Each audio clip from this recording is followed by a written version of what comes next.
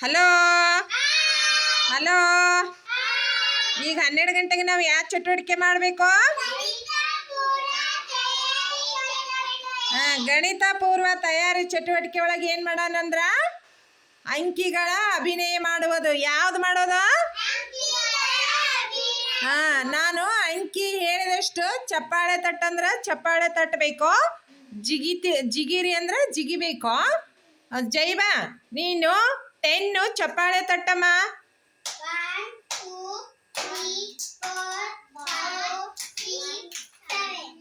8 9 10 ಆಕೆ ಕರೆಕ್ಟಾಗಿ ತಟ್ಟಿಲ್ಲ. ಕೂಡು ಶ್ರಾವಣಿ, ನೀ ಎದ್ದಿಂದ್ರಮ್ಮ. ನೀನು 5 ಸಾರಿ ಜಿಗಿಯಮ್ಮ. ಜಿಗಿ. 1 2 3 4 5 ಗುಡ್.